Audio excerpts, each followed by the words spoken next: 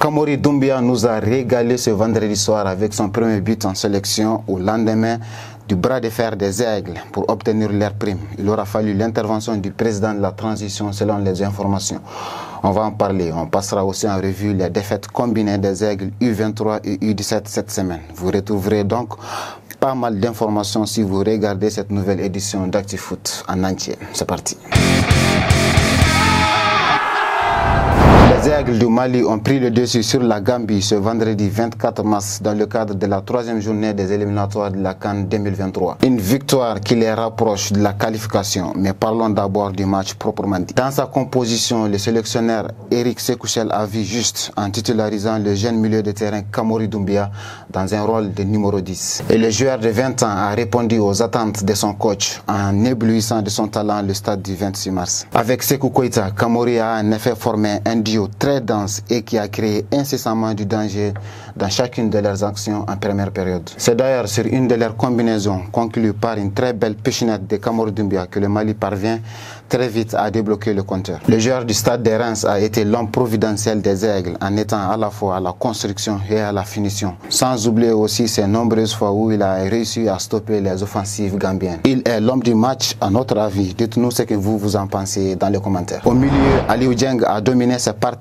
Amadou Haïdara et Cheikh Doucouré qui ont eu beaucoup de mal à déposer le jeu des Aigles. Le joueur d'Al-Ali a quant à lui été généreux dans les efforts aussi offensifs que défensifs. Il a réussi quelques percées qui ont failli faire mouche et a tenté à plusieurs reprises des tirs lointains sans réussite. Grâce à un Kiki Kouyaté encore impérial dans ses interventions en défense, les Aigles ont réussi à garder leur cage inviolée pour la deuxième fois d'affilée sous l'ère Eric Schell, à domicile bien sûr. Et à chaque fois, c'est Ismaël Diawara qui garde les filets. Le portier de Malmö, très vigilant sur sa ligne, a encore réalisé un clean sheet qui pourrait bien faire de lui le nouveau gardien titulaire des Aigles. Cela fait déjà 5 matchs qu'il démarre dans les 11 d'Eric Schell. Bon vent à lui. En bref, les Aigles s'imposent grâce non seulement à un Kamori qui a réussi à faire oublier Yves Bissouma, le numéro 10 habituel du Mali, mais aussi et surtout à une entrée sensationnelle de Néné Dorgelès qui a obtenu le penalty du 2-0 transformé par Adama Traoré Malouda. Les amis, dans tout ça, l'équipe du Mali n'était pas au grand complet. Fousseini Diabaté,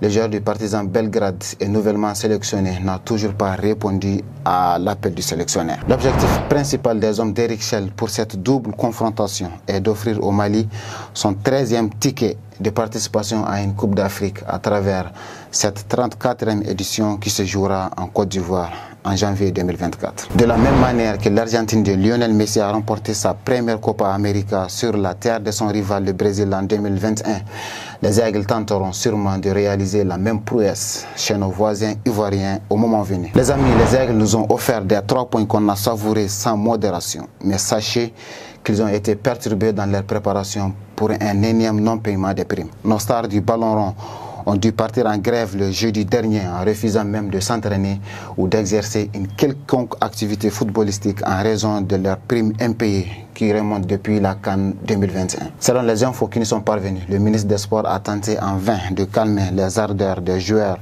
et des membres du staff technique. Cependant, la solution ne pouvait venir que du palais présidentiel de Koulouba. Le président de la transition aurait personnellement mandaté une délégation pour régler les joueurs qui ont tous reçu un à un jusqu'au dernier centime leur somme due. De leur côté, le sélectionneur et son staff qui accusaient plus de 10 mois de retard de salaire n'ont été réglés qu'à moitié. On n'a pas les chiffres exacts, mais les échos laissent entendre que plusieurs centaines de millions ont été déboursés sur place. La première de la double confrontation entre les U23 maliens et sénégalais a tourné en faveur des espoirs des Lions de la Teranga le mercredi dernier avec un score de 3-1.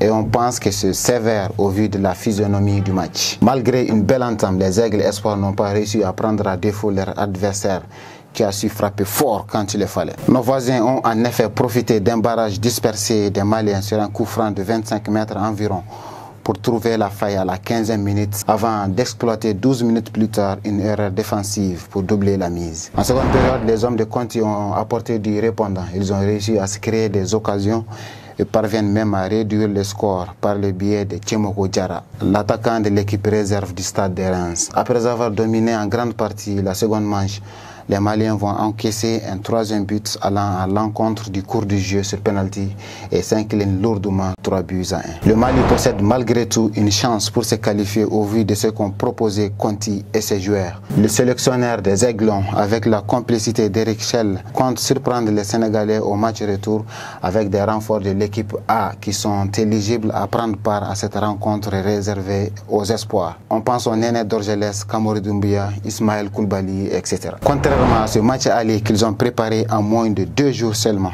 les Aiglons auront 5 jours pour se remettre en question, pour corriger les défauts afin d'offrir une belle remontada à leur public le mardi 28 mars prochain. Qualifiés pour les phases de groupe de l'Air CAN 2023, les Aigles U17 ont aussi pris un revers de 3-1 contre l'Algérie le mercredi dernier lors d'un tournoi amical qui inclut aussi le Japon et les Comores. Les Aiglonnais, grands absents de la dernière CAN de leur catégorie en 2019 après avoir régné sur l'Afrique en 2015 et 2017, préparent ainsi leur grand retour sur la scène africaine avec cette 14e édition qui débute le 9 avril prochain en Algérie. Les Maliens, logés dans un groupe C assez relevé avec le Cameroun, champion d'Afrique en titre, le Soudan du Sud et le Burkina Faso pourront aspirer au Graal s'ils parviennent déjà à franchir cette première étape. On leur souhaite le meilleur. Maintenant, on bascule sur les joueurs. Siaka Bagayoko Château a rejoué au foot pour la première fois le mercredi dernier depuis son opération du genou gauche qu'il a subie il y a 3 mois bientôt. Le défenseur malien, complètement remis de sa blessure,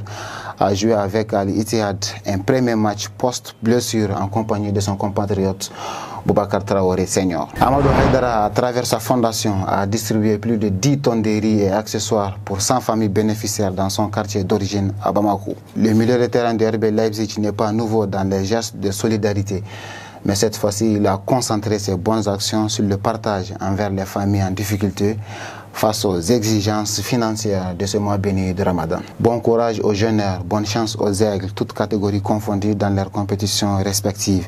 Restez connectés sur Malivox pour ne plus rien manquer de l'actualité foot du Mali. Au plaisir de vous retrouver pour le prochain numéro d'ActiFoot. À très vite.